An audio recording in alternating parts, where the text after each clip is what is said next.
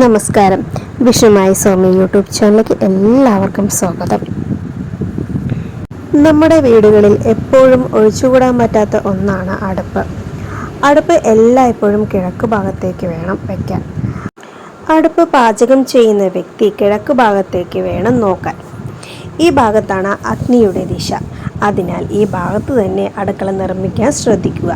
മാത്രമല്ല, അരി, ഗോതമ്പ് പോലെയുള്ള ധാന്യങ്ങൾ സൂക്ഷിക്കുകയാണെങ്കിൽ അത് തെക്ക് വശത്തോ പടിഞ്ഞാറ് വശത്തോ വേണം വയ്ക്കാൻ. മാത്രമല്ല, ഇവ ഒരിക്കലും വടക്ക് കിഴക്ക് ഭാഗങ്ങളിൽ വയ്ക്കുന്നത് നല്ലതല്ല. വീട്ടിൽ അടുക്കളയിൽ അരി സൂക്ഷിക്കുന്നതിനും വാസ്തുശാസ്ത്രത്തിൽ ചില നിയമങ്ങളൊക്കെ ഉണ്ട്. ഇതനുസരിച്ച് വടക്ക് പടിഞ്ഞാറ് അല്ലെങ്കിൽ തെക്കു കിഴക്ക് ദിശകളിലാണെങ്കിൽ അരി സൂക്ഷിക്കുകയാണെങ്കിൽ അത് ഉചിതമായി കണക്കാക്കുന്നു. അടുക്കള വടക്ക് പടിഞ്ഞാറ് ഭാഗത്ത് അരി സൂക്ഷിക്കുന്നത് വീട്ടിൽ ഐശ്വര്യവും ധാന്യസമൃദ്ധിയും വർദ്ധിപ്പിക്കാൻ സഹായിക്കുന്നു. അതുപോലെ തന്നെ അരി ഒരിക്കലും പ്ലാസ്റ്റിക് പാത്രങ്ങളിൽ സൂക്ഷിക്കരുത്. ഇത് വാസ്തുപ്രകാരം ദോഷകരമാണ്. സ്റ്റീൽ അല്ലെങ്കിൽ മൺപാത്രം അല്ലെങ്കിൽ പിത്തള പാത്രങ്ങളിൽ എല്ലാം അരി സൂക്ഷിക്കുന്നത് നല്ലതാണ്. വീട്ടിൽ അരി സൂക്ഷിക്കുമ്പോൾ എപ്പോഴും വൃത്തിയുള്ളതും കേടുപാടുകൾ ഇല്ലാത്തതുമായിരിക്കണം. പഴകിയതോ പ്രാണികളോ മറ്റും അരിച്ചതോ ആയ അരി വീട്ടിൽ സൂക്ഷിക്കുന്നത് ദാരിദ്ര്യത്തിന് കാരണമാകുന്നു എന്ന് വിശ്വസിക്കുന്നു. വാസ്തുപ്രകാരം അടുക്കള എപ്പോഴും വീടിൻ്റെ തെക്ക് കിഴക്ക് ഭാഗത്ത് വരുന്നതാണ് ഏറ്റവും നല്ലത്. കേടായതും പഴകിയതുമായ അരിമണികൾ വീട്ടിലേക്ക് നെഗറ്റീവ് എനർജിയെ ആകർഷിക്കുന്നു.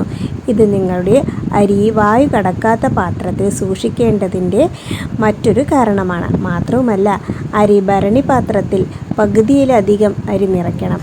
ഭക്ഷണത്തിൻ്റെ ദേവതയായ അന്നപൂർണ ദേവിയുടെ ഒരു ചെറിയ വിഗ്രഹം നിങ്ങളുടെ അരിഭരണിയിൽ സൂക്ഷിക്കുന്നത് നല്ലതാണ്. നിങ്ങൾക്ക് ദേവിയുടെയോ ചിത്രമോ പഴങ്ങളുടെയോ ചിത്രമോ സൂക്ഷിക്കാം. ഇത് നിങ്ങളുടെ അടുക്കള എപ്പോഴും സമൃദ്ധമായ ഭക്ഷണം നൽകും. അവസാനമായി ഓരോ തവണയും അരി കൊണ്ടുവന്ന് തീരുമ്പോഴും മുമ്പും വീണ്ടും നിറയ്ക്കാൻ നിങ്ങൾ ശ്രദ്ധിക്കണം. കാരണം പല ആചാരങ്ങളിലും ഇത് വളരെയധികം ശുഭകരമായ ഒരു ധാന്യമായി കണക്കാക്കപ്പെടുന്നു. അടുക്കളയിൽ അരി തീർന്നു പോയാൽ ശുക്രദോഷം നിങ്ങളുടെ വീടിനെ ഐശ്വര്യത്തെ പ്രതികൂലമായി ബാധിക്കാനും സാധ്യതയുണ്ട്.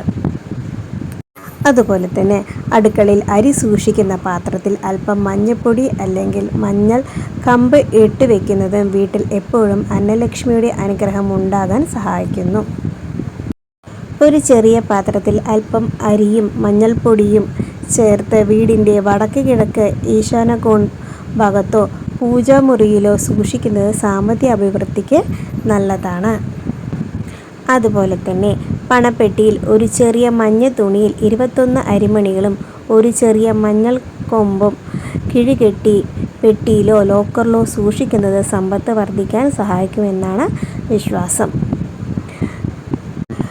ഇതുപോലെയുള്ള ചില അറിവുകൾ നിങ്ങളുടെ വീട്ടിലെ അടുക്കളയിൽ ചെയ്യുന്നത് മൂലം വാസ്തുപരമായ ദോഷങ്ങൾ മാറാനും എല്ലാവിധ ഐശ്വര്യങ്ങളും ഉണ്ടാകാൻ സഹായിക്കുന്നു.